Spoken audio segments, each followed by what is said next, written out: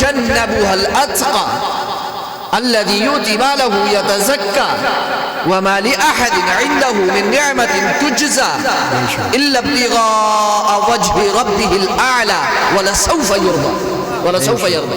وَلَسَوْفَ يَرْضَى اتقا فرمایا تمام مفسرین کا اہل سنت والجماعت کے، شیعوں کے سوا اہل سنت والجماعت کے تمام مفسرین کا اس بات پر اجماع ہے کہ یہاں اتقا یعنی سب سے بڑے پرہیزگار سے مراد سیدنا صدیق اکبر رضی اللہ تعالیٰ عنہ۔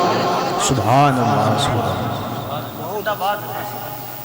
ہمارے اور شیعوں کے درمیان بس اتنا اختلاف ہے کہ ہم یہاں اتقا امیر المؤمنین سیدنا صدیق اکبر کو مانتے ہیں اور وہ مولا علی کو مانتے ہیں، مگر یہاں صدیق اکبر ہی مراد ہے، یہاں صدیق اکبر ہی مراد ہے، اس لیے کہ جو آگے صفات آ رہی ہیں وہ صدیق اکبر کی ہیں۔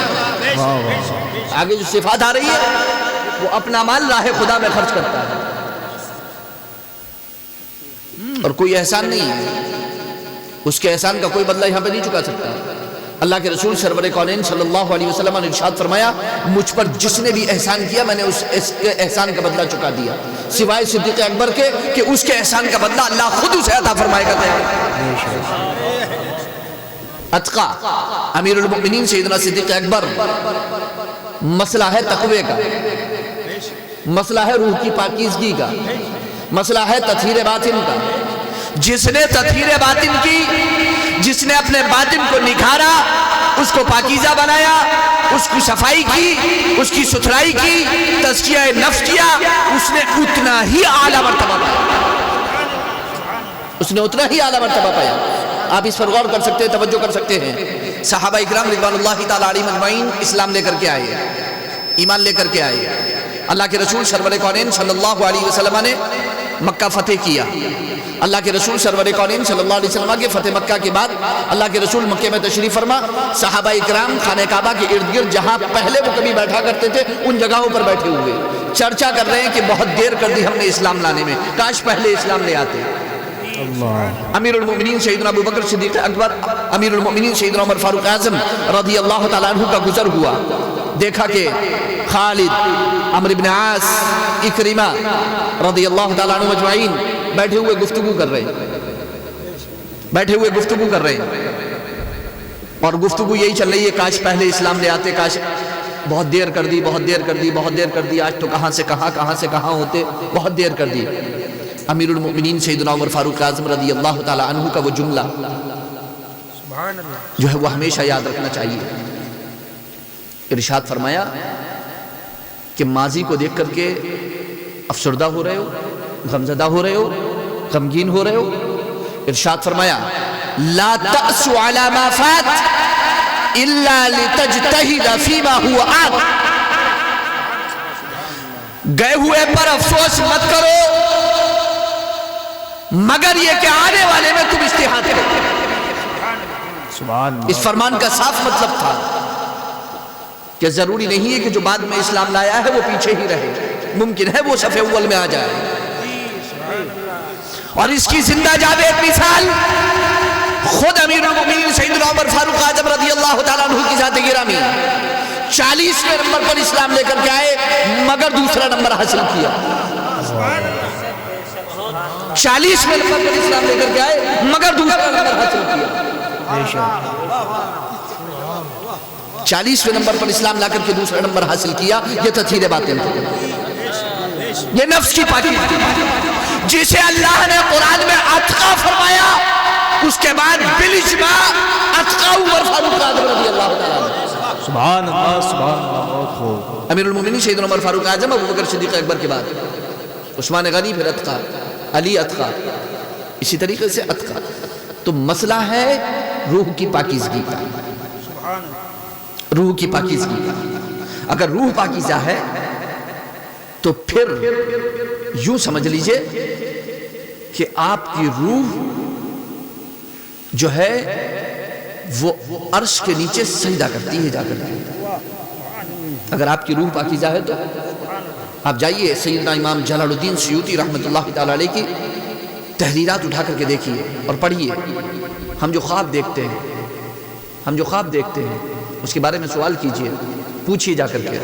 آپ جو خواب دیکھتے ہیں اس کے بارے میں علماء کا کلام آپ کو ملے گا کہ اس بندے مومن کا خواب سچا ہوتا ہے کہ جس کی روح عرش پر جا کر کے سجدہ کر لیتی ہے، سبحان اللہ. اور جس کی روح سجدہ نہیں کر پاتی اس کا خواب سچا نہیں ہوتا. اور عرش اور یہ سجدہ وہ روح کر پاتی ہے کہ جو رات کو طہارت کی حالت میں، پاکیزگی کی حالت میں سوتا ہے. سبحان اللہ. من نام طاہرا، جس نے طہارت کی حالت میں زندگی گزاری، رات گزاری، جو رات کو سویا طہارت کی حالت میں. اور طہارت تو اتنی بڑی ہے کہ اللہ کے رسول سرور کونین صلی اللہ علیہ وسلم نے ارشاد فرمایا کہ تم میں سے جس کی خواہش یہ ہو کہ اسے شہادت کی موت نصیب ہو تو وہ وضو کر کے، اور اس خواہش سے کہ اگر اللہ کی راہ میں جان دینا پڑے گی تو میں جان دوں گا، وہ اپنے بستر پر آرام کرے. اگر اسی آرام کی حالت میں اسے نیند آ جائے تو اسے شہادت کا مرتبہ ملے گا. سبحان اللہ. سبحان اللہ. یہ تطہیر باطن تھی کہ حبش کا بلال، اس کے پیچل کی آواز مصطفیٰ نے مدینے میں سنی اور جنت میں سنی. مصطفیٰ علیہ السلام نے کیا فرمایا؟ یا بلال سمعت دفن علیک، اے بلال میں نے تمہارے پیچل کی آواز سنی. تمہارے میں نے پیچل کی آواز سنی. کہاں سنی تھی؟ جنت میں. جنت میں سنی تھی. تم آگے آگے جا رہے ہو، تم آگے آگے. یہاں سے یہ کوئی یہ نہ سمجھ لے کہ بلال مصطفیٰ سے پہلے جنت میں داخل ہوں گے. جنت تو صرف مصطفیٰ کے لیے کھلے گی سب سے پہلے. جنت تو سب سے پہلے مصطفیٰ جان رحمت صلی اللہ علیہ وسلم کے لیے کھلے گی. سب سے آگے محمد مصطفیٰ صلی اللہ علیہ وسلم، آپ کے پیچھے تمام انبیاء، اور تمام انبیاء کے پیچھے سب سے پہلے امت مصطفیٰ، اور امت مصطفیٰ کے پیچھے پھر ساری امت. اور جب اللہ کے رسول سرور کونین صلی اللہ علیہ وسلم دروازے پر پہنچیں گے جنت کے، تو کیا کہے گا جنت کا دروگا؟ یا رسول اللہ بک امرت ان لا افتح لأحد من قبلک، یا رسول اللہ مجھے یہی حکم تھا کہ آپ سے پہلے کسی کے لیے جنت کا دروازہ نہ کھولوں. آپ سے پہلے کسی کے لیے جنت کا دروازہ نہ کھولوں. لیکن حضور فرمانے میں نے بلال کی آواز سنی، اب میرے آگے آگے چل رہے. یہ وہ مثال تھی جو دنیا میں بلال کی تھی، کیونکہ بلال آگے آگے دوڑے چلے جاتے تھے مصطفیٰ. بس یہ مثال تھی. یہ دنیا بھی مثال تھی، کیونکہ بلال کو آگے آگے شوق تھا، وہ آگے آگے چلتے رہتے. آپ آج بھی دیکھتے ہیں نا کہ علماء جب آتے ہوتے ہیں تو لوگ آگے آگے دوڑے چلے جاتے. بلال آگے آگے دوڑے چلے جاتے. اللہ کے رسول سرور کونین صلی اللہ علیہ وسلم نے یہ منام میں دیکھا تھا، یہ رویا تھا حضور. اور نبی کی رویا بھی، منام بھی وحی ہے. اللہ کے رسول سرور کونین کیوں؟ نبی اکرم صلی اللہ علیہ وسلم نے ارشاد فرمایا بلال وہ کون سا عمل ہے جس نے یہ مرتبہ تمہیں ملا، جس کی وجہ سے یہ مرتبہ تم کو ملا؟ وہ کون سا عمل ہے بلال؟ میں نے تمہارے پیچل کی آواز جنت میں سنی. وہ کون سا عمل ہے؟ عرض کیا یا رسول اللہ صلی اللہ علیہ وسلم میں جب بھی وضو کرتا ہوں، جب بھی پاکیزگی حاصل کرتا ہوں تو اس کے ساتھ کچھ رکعت نماز ضرور پڑھتا ہوں. کچھ رکعت نماز. تو یہ تھی بلال کی تطہیر باطن. بلال تو ابھی دنیا میں ہے اور جنت میں حضور نے ان کے پیچل کی آواز سنی اور وہ آگے آگے چلتے چلے جا رہے ہیں، دوڑتے چلے جا رہے ہیں، دوڑتے چلے جا رہے ہیں. تو یہ کیا تھی؟ یہ طہارت تھی جو صحابہ اکرام رضوان اللہ تعالی علیہم اجمعین کو حاصل تھی. تو اگر آپ اپنے نفس کو پاکیزہ نہیں بناتے ہیں، آپ اپنے نفس کو ستھرا نہیں بناتے ہیں، آپ تطہیر باطن نہیں کرتے ہیں، تو یوں سمجھ لیجئے کہ پھر معراج آپ کو حاصل نہیں. بے شک نماز مومن کی معراج ہے، آپ نے سنا ہوگا کہا جاتا ہے. لیکن یہ معراج ہوگی کیسے؟ میں نے آپ کو بولا کہ اس کی روح کو معراج ہوتی ہے، اس کی روح چڑھتی ہے، بلند ہوتی ہے آسمانوں کی طرف مومن کی. لیکن کب؟ جتنا اندر پاک ہوگا، صاف ہوگا، ستھرا ہوگا، اتنا ہی زیادہ عروج ملے گا. اور جتنا عروج روح کو ملے گا اتنا ہی عروج جتنا عروج روح کو ملے گا اتنا ہی عروج جسم کو ملے گا. یہ روحی کا تو عروج تھا کہ مولا علی کرم اللہ تعالی وجہ کریم پہ جب تیر لگا تو فرمایا کہ جب نماز میں کھڑا ہو جاؤں تو نکال لینا، کیونکہ عالم بدل جائے گا.